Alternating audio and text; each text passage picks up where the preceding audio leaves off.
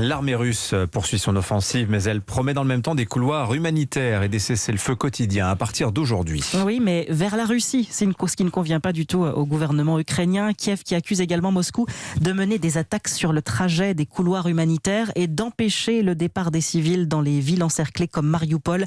Ces dernières 24 heures, les autorités ukrainiennes ont annoncé que le conflit, depuis 16 jours, a coûté la vie à 71 enfants. Retour en France à Versailles. Les 27 dirigeants européens sont réunis en sommet depuis hier. Ils suivent de près l'avancée de cette guerre. Bonjour Jacques Serret.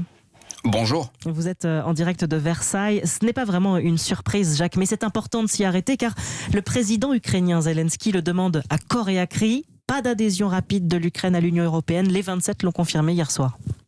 Exactement, et cela a été source d'intenses discussions hier soir et jusque tard dans la nuit. Les 27 tombaient d'accord sur un texte, on peut le dire, d'équilibriste. À la fois, l'Union européenne assure un soutien politique, humanitaire et militaire.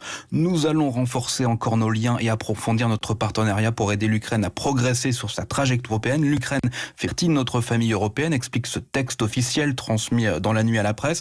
Mais en même temps, les 27 excluent toute adhésion rapide et renvoient la décision définitive à la Commission. Une position que partage Emmanuel Macron, comme il a pu l'exprimer hier avant l'ouverture de ce sommet. Il faut que nous soyons vigilants. Est-ce qu'on peut aujourd'hui ouvrir une procédure d'adhésion avec un pays en guerre ? Je ne le crois pas. Est-ce qu'on doit fermer la porte et dire jamais ? Ce serait injuste.